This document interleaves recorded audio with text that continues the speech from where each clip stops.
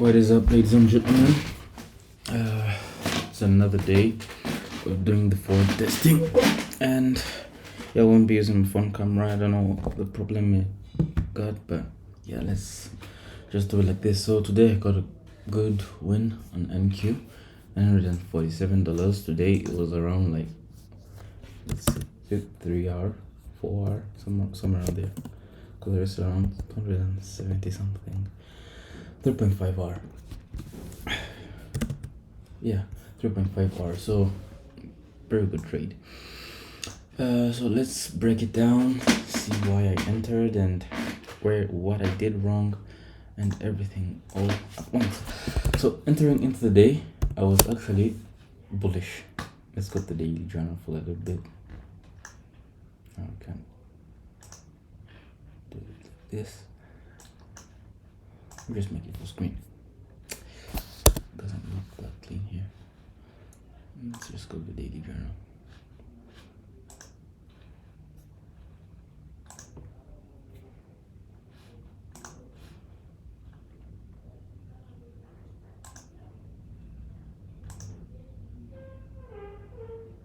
So here is the calendar.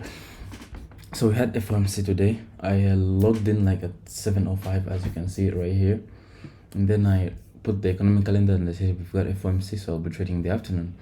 Then I came back around 1:40 something. I also uploaded the video of like the pre-market analysis. So I came around the computer at 1:40 somewhere there. Then I did analysis for 13 minutes, then waited. So I was initially bullish. Why? We were in this fair value gap and I was looking for price to go higher. And when we go lower in price, you can see we have some buy side here and we have also sell side. And when we zoom in, you can see we have a beautiful gap here. Price pushed back a little bit up into it, dropped, created a shift here. But since we have this gap here, it means that we could potentially, reject and then push higher, which is potential to happen even though I took shorts. So now going on the 1 hour, you can see we were also in this what's it called, OTE zone. So I was thinking maybe you could get some kind of manipulation internally, but since FOMC is high volatility news, like red folder news, anything is prone to happen. Actually, anything is prone to happen in the market. So I just waited to see if my age will play out. Then here, we had already created an order block. Then I was like, okay, we could return to it, then drop. And the funny thing was when FOMC happened. So going onto the charts, this is how it was looking like.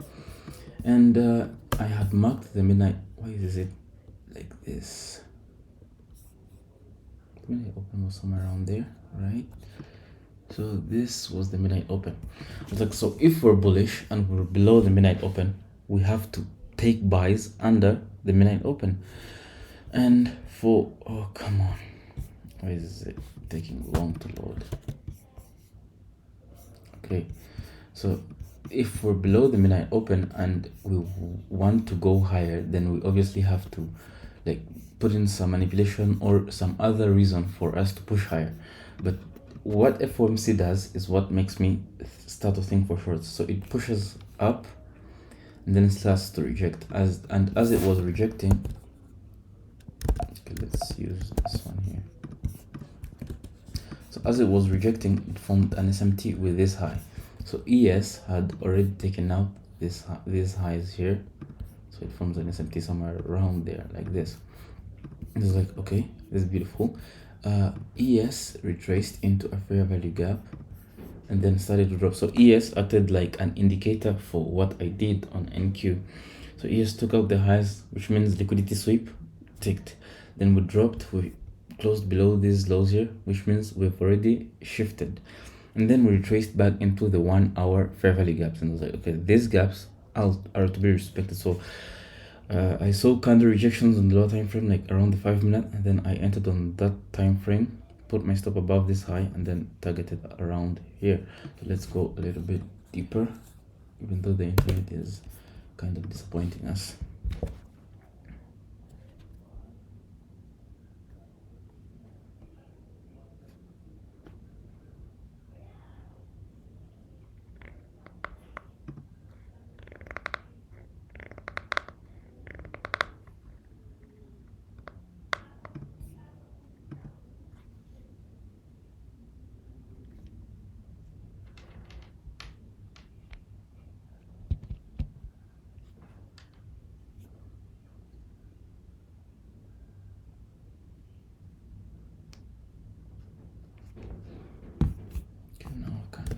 load.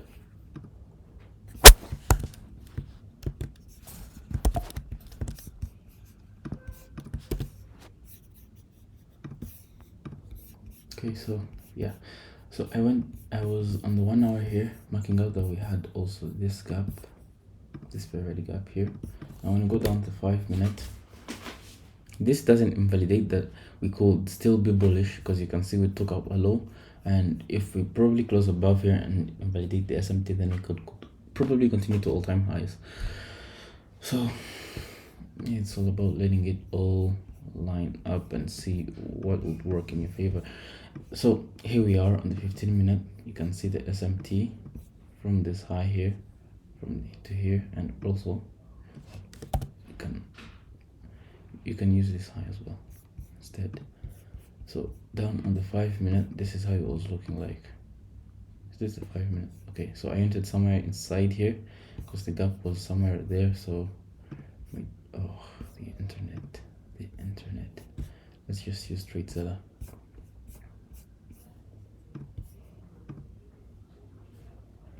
Hang tight. So I was about to say that I entered somewhere around here. Is it here? Still around there. My target, this sell side here. It was like this. Yeah. And this was the trade. You can see how beautiful it's looking like. So I entered around here, let it drop for around 15 minutes. Then we ended up hitting take profit, which was really good. So I moved my stops to half here the moment we reached somewhere around this gap, then moved them to full break even. Then we were a little bit close to take profit, and that's how the sell went. So TradeZilla is also delaying to load. I wanted to show you like some of the notes that I took on for the trade, like the reason I took it, the mistakes I made. I don't know, some of the mistakes I made is being like kind of excited after the trade hit take profit, which shouldn't be a problem, but if I want to execute like a robot, then I should be like a robot. So it's not a crucial mistake, but you know, it's just something that phases out time by time, and I believe it can also change. So I'm really grateful for that. And looks like TradeZilla also wants to disappoint us today.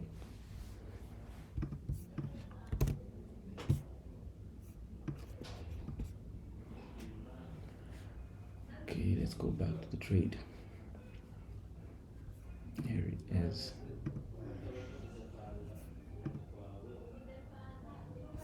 So I give it a 5-star, honestly.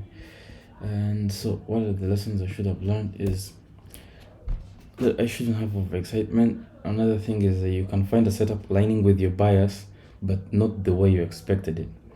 For example, the way I spotted that, it's not in the way that I was thinking that it could happen. And you know, it's pretty crazy how I end up taking shorts, even though I would have taken longs maybe as of now, since it looks like longs could play out anytime soon, because you can see we've taken out sell side. I'm gonna go here on the 5-minute. We've already shifted structure internally here.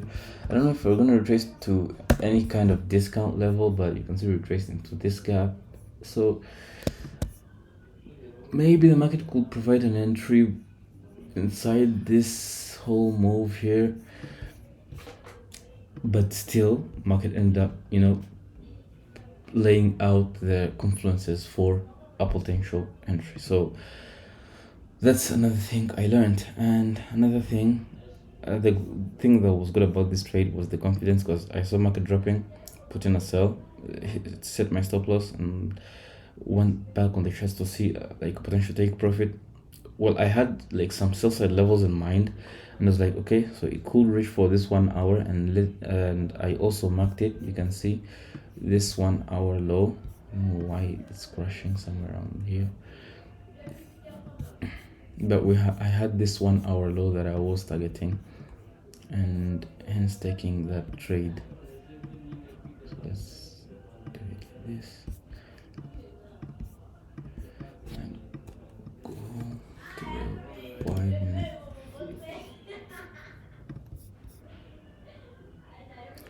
So yeah, I was simply targeting the 1 hour low and it ended up hitting. So without delay and with forgiving my internet issues, I think that was all for the trade.